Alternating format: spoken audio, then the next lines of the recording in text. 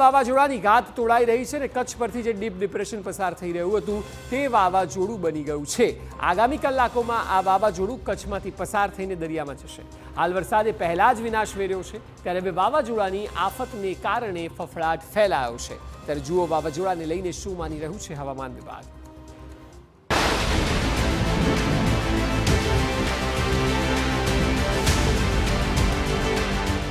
गुजरात पर वावाझोड़ाનું संकट।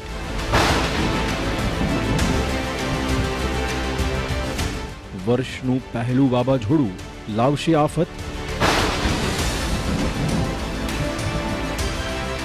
દરિયાકાંઠે જોવા મળશે તોફાન। ગુજરાતમાં એક મજબૂત ડિપ્રેશનથી મુશળધાર વરસાદ વરસ્યો। જોકે હવે હવામાન વિભાગની જે આગાહી સામે આવી છે તે ખૂબ જ ડરામણી છે।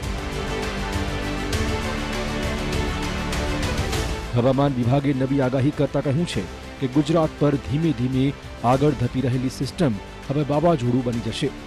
આગાહી પ્રમાણે જો આ સિસ્ટમ વાવાઝોડામાં પરિવર્તિત થઈ તો ગુજરાત પાસેના દરિયામાં આ વર્ષનું પહેલું વાવાઝોડું આકાર પામશે। હાલ સૌરાષ્ટ્ર અને કચ્છના વિસ્તારો પરથી જે સિસ્ટમ ખૂબ ધીમી આગળ વધી રહી છે તે ડીપ ડિપ્રેશન છે, જે આગળ ધપીને અરબી સમુદ્રમાં પહોંચશે। દરિયામાં પહોંચ્યા બાદ તે વધુ તીવ્ર બનવાની શક્યતાઓ છે।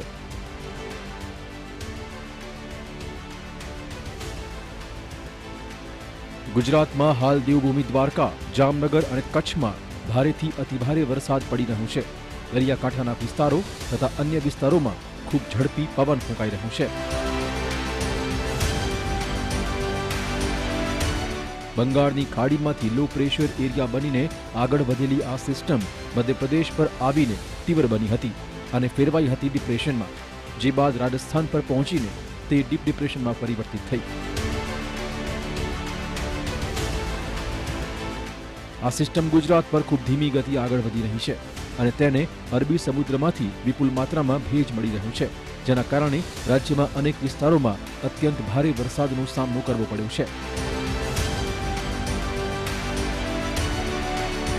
આખરે સવાલ એ વાતનો કે વાવાઝોડાની ગુજરાત પર કેવી થશે અસર। હાલ આ સિસ્ટમ કચ્છના વિસ્તારો પર છે અને ત્યાંથી આગળ વધીને તે પાકિસ્તાન, કચ્છ અને સૌરાષ્ટ્ર પાસેના દરિયામાં જશે। દરિયામાં ગયા બાદ તે વાવાઝોડામાં પરિવર્તિત થશે। હવામાન વિભાગના કહેવા પ્રમાણે 28 ઓગસ્ટની રાત્રે આ સિસ્ટમ ખૂબ જ ધીમે આગળ ધપી અને 6 કલાકમાં માત્ર 3 કિલોમીટર જેટલું આગળ વધ્યું। આ સિસ્ટમ 30 ઓગસ્ટના રોજ અરબી સમુદ્રમાં પહોંચશે, ત્યારબાદ વાવાઝોડામાં પરિવર્તિત થશે। પહેલા અનુમાન એ પ્રકારનું હતું કે આ સિસ્ટમ 29 ઓગસ્ટના રોજ સવારે સમુદ્રમાં પહોંચશે, પરંતુ આગળ ધપતા અટકી જવાના કારણે હવે એક દિવસ મોડી અરબી સમુદ્રમાં પહોંચશે।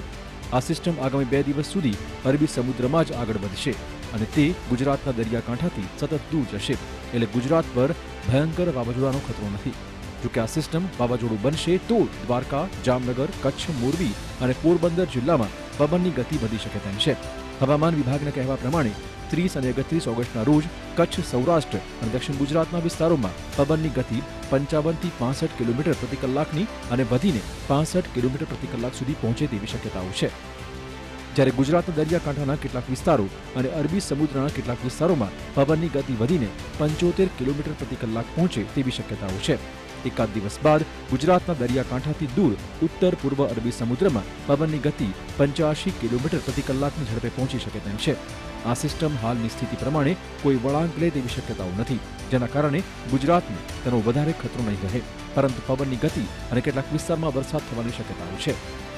હાલની સ્થિતિ પ્રમાણે જો સિસ્ટમ આજે દરિયામાં પહોંચી ગઈ તો સૌરાષ્ટ્ર અને કચ્છના વિસ્તારો તથા ગુજરાતના બીજા વિસ્તારોમાં વરસાદનું પ્રમાણ ઘટી જશે। જોકે હાલ હજુ એકાદ દિવસ સુધી આ સિસ્ટમ સૌરાષ્ટ્ર અને કચ્છ પર રહેવાની શક્યતા હોવાથી આગામી 2-3 દિવસ સુધી કેટલાક વિસ્તારમાં ભારેથી અતિભારે વરસાદ શક્ય છે, એટલે વાવાઝોડાથી ગુજરાતને ખાસ નુકસાન નહીં થાય। આગામી દિવસોમાં સાવચેત રહેવું જરૂરી છે।